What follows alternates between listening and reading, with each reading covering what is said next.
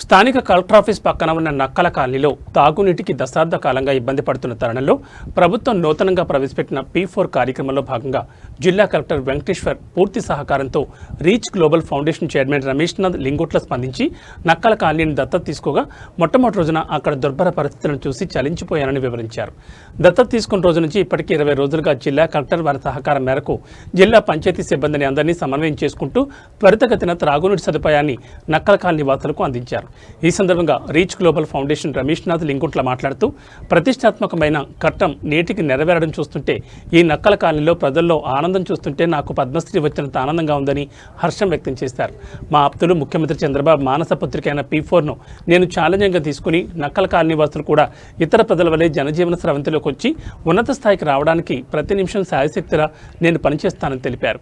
ఈ కార్యక్రమానికి ముఖ్య అతిథిగా విచ్చేసిన జిల్లా పంచాయతీ అధికారి సుశీలాదేవి మాట్లాడుతూ ప్రభుత్వం తరపున మీకు అన్ని సహాయ సహకారాలు అందిస్తామని, మీ జీవన విధానంలో కొత్త మార్పులు తీసుకొస్తామని, రేపు ఈ నక్కల కాలనీలో మరుగుదొడ్లు కట్టడానికి పునాది వేస్తామని భరోసా కల్పించారు.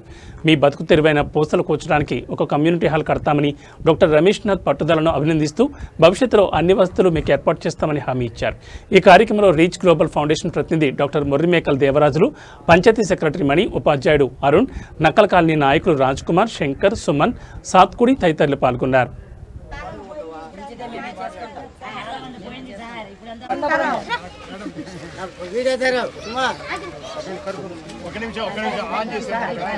మట్టి లేదా అన్ని చేస్తున్నాడు. అందరికీ నమస్కారం. ఇది తిరుపతిలో కలెక్టర్ గారి బిల్డింగ్ పక్కన హైవే పైన, మెడ్రాస్ బెంగళూరు హైవే పైన నక్కల కాలనీ. ఇక్కడికి చాలా సంస్థలు వచ్చి నిలబడకుండా వెనక్కిపోయారు డెవలప్ చేయాలని.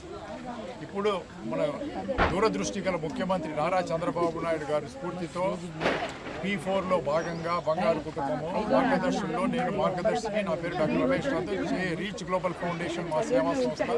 దాని తరఫున ఆల్రెడీ నాకు ఫ్యామిలీ ఇచ్చారు. అయినా కూడా కలెక్టర్ గారు ఇక్కడ దత్తత తీసుకున్నారని ఆ తర్వాత కలెక్టర్ గారితో మీటింగ్తో కూర్చుంటే అప్పుడు సార్ అనాగరికంగా ఉండే ఒక పల్లెని చెప్పండి, నాకు ఎక్కడైనా చుట్టుపక్కల మీరు కూడా ఒక పల్లెని తీసుకోమని స్ఫూర్తిగా చెప్తున్నారు కాబట్టి అంటే కలెక్టర్ గారు ఎక్కడో ఎందుకు నక్కల కాలనీనే ఉంది అన్నారు. కలెక్టర్ గారి బిల్డింగ్లో 20 రోజుల కింద జూలై 25వ తేదీ నేరుగా ఇక్కడికి వచ్చాను. President Shankar, vice president Raj Kumar, సాత్గుడి, తర్వాత సీనా, మిగతా అందరూ చాలా ఈ వీధి మధ్య వీధి ఇది దుర్భరంగా ఉండింది. సో దుర్గంధము. ఆ లేడీ అక్కడ కూర్చునింది, పట్టుకొని నడుస్తుంది కుంటుతా. ఏమైనా మేము మనుషులు కాదా, అదే మురుగునీళ్ళు తాగుతున్నాము, జ్వరాలు వస్తున్నాయని మొత్తం చెత్త చాలా బాధగా ఉండింది. ఆ తర్వాత ఇంకా నాకు హృదయ విదారకం అయిపోయింది. మీరు బాధపడొద్దండి, దీన్ని బాగు చేస్తామని చెప్పి ఆ రోజు నుంచి రాత్రింబవళ్ళు కష్టపడి పంచాయతీ వాళ్ళ సహకారంతో, madam Sushiladevi district panchayat officer గారి పూర్తి సహకారంతో, ముఖ్యంగా మన కలెక్టర్ గారు అన్నిటికీ సహకారంతో దీన్ని రాత్రింబగలు కష్టపడి దీన్ని మధ్య వీధి బాగు చేయడం కాకుండా మీరందరూ చూశారు. మన స్కూల్కు మొత్తం పెయింట్ కొంచెం మంచి చేయండి. పిల్లల ఆనందం చూస్తే కలెక్టర్ గారు కూడా చాలా సంతోషపడ్డారు. అది తెచ్చి ఈరోజు చారిత్రాత్మకమైన ఘట్టము. ఈరోజు మేడం సుశీలాదేవి గారు ఇక్కడ ఉన్నారు, పంచాయతీ వాళ్ళు ఉన్నారు. నీళ్లు తాగే మంచినీళ్ళు కూడా ఇవ్వలేమా? అడవుల్లో కొండల్లో నాకు ఎప్పటి నుంచో ట్రైబల్ పీపుల్కి చేయాలని ఉండింది. సో వీళ్ళందరిలో కలిసిపోయి నేను వీళ్ళందరిలో ఒక మనిషిగా, మన అక్కదమ్ములు అన్న చెల్లెళ్ళే కదా వీళ్ళు కూడా, వాళ్ళకి జీవితాలు కూడా బాగా చేయాలనే ఉద్దేశంతో ఈరోజు ఇది చేయగలిగినాము. చాలా సంతోషంగా ఉంది. నాకు కలెక్టర్ గారితో చెప్పాను మొన్ననే, మాకు ఆప్తబంధువైన సీఎం చంద్రబాబు నాయుడు గారితో కూడా నాకు పదవులు వద్దు, అవార్డులు వద్దు, సేవలో సహకారం ఇవ్వండి అని చెప్పాను. కాబట్టి ఈరోజు ఈ చారిత్రాత్మక ఘట్టాన్ని మేడం సుశీలాదేవి చేతుల మీదుగా ప్రారంభిద్దాము. మేడం, మీరు డిస్ట్రిక్ట్ పంచాయతీ ఆఫీసర్. అందరికీ నమస్కారం. డాక్టర్ రమేష్ గారికి, స్థానికులకి, పంచాయతీ సిబ్బందికి అందరికీ నమస్కారం తెలియజేస్తూ, కాలనీ డెవలప్మెంట్ కోసము మార్గదర్శిగా డాక్టర్ రమేష్ గారు, అదేవిధంగా మన గౌరవ కలెక్టర్ గారు కూడా ఇక్కడ కొన్ని కుటుంబాలని దత్తత తీసుకున్నారు. ఇది చాలా సంతోషకరమైన పరిణామం.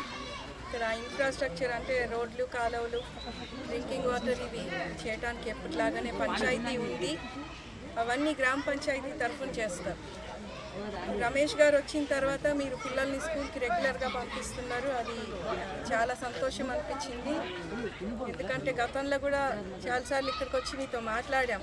సరే అంటారు, ఒకరోజు వెళ్తారు, మరుసటి రోజు మళ్ళీ స్కూల్ మానేస్తున్నారు. ఇప్పుడు ఇంట్రెస్ట్గా పిల్లల్ని పంపిస్తున్నారు. అది చాలా మంచి పని. ఇంకా మిగతా వాళ్ళు కూడా స్కూల్ మానేసిన వాళ్ళు ఉన్నారు, 18 ఇయర్స్ దాటిన వాళ్ళు ఉన్నారు. ఇక్కడ ముఖ్యంగా నేను గమనించింది చిన్నపిల్లలకి పెళ్ళిళ్ళు చేసేస్తున్నారు. 16-17 సంవత్సరాలకి ఇద్దరు పిల్లల్ని చంకలు వేసుకొని వాళ్ళు తిరుగుతున్నారు. అది కరెక్ట్ కాదు. ఇబ్బంది బాధ ఉంది. అందుకని చిన్నపిల్లలకి పెళ్ళిళ్ళు చేయటం ఆపేసేయండి. మీరందరు పూసలు చాలా బాగా కుడతారు, దండలు బాగా చేస్తారు, మీకు అదే పని.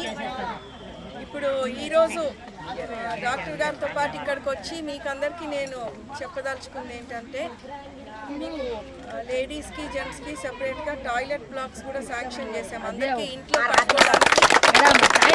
కట్టేస్తే మా పిల్లలు ఏమంగా బాత్రూమ్ అదే చెప్పు, ముళ్ళులో పాంపులు అని పోతుంది. అది ఒక్కటి సహాయం చేస్తే జన్మంలో మేము మర్చిపోం. మేము ఇంట్లో మీకు టాయిలెట్ కట్టుకోవడానికి ప్లేస్ లేకుండా ఇల్లు పెంచేసుకున్నారు, ఇక్కడ ప్లేస్ లేదు కాబట్టి కామన్ టాయిలెట్స్ లేడీస్ కి సపరేట్, జెంట్స్ కి సపరేట్ వర్క్ స్టార్ట్ చేస్తున్నారు.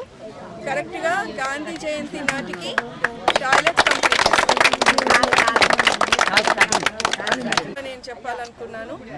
హై స్కూల్ కూడా పంపే పిల్లల్ని మీరు నిలిపేస్తున్నారు, వాళ్ళని నిలపకండి, పంపించండి. ఇంకా పూసలు కుట్టే వాళ్ళ కోసం అనేసి ఇంట్లో ప్లేస్ లేదు, మీరందరూ ఇరుకులో కూర్చొని కుట్టుకుంటున్నారు. సో వర్క్ షెడ్ కూడా ఒకటి గ్రామ పంచాయతీ తరఫున శాంక్షన్ చేస్తారు.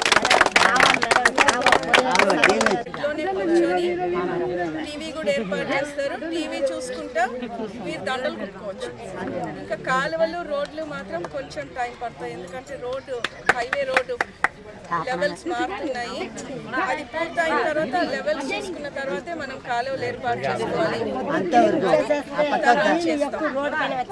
అది కూడా చేద్దాం. రాజ్ కుమార్ సార్, మన రమేష్ డాక్టర్ వచ్చినప్పుడు 20 రోజుల నుంచి కంప్లీట్ అయింది సార్. అంతకుముందు మేము ఎంతో చేసినాం, చేయలేదు సార్. మట్టిలు పోసినారు, నీళ్ళు డ్రైనేజ్ అయిపోయింది, కాలువ పోయేదాన్ని వాడటం లేదు.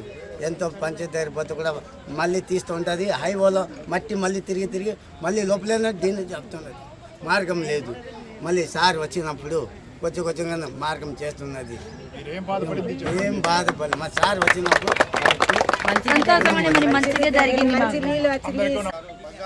బంగారు కుటుంబం కింద ఒక ఇది వదిలినారు మన ఆంధ్రప్రదేశ్లో.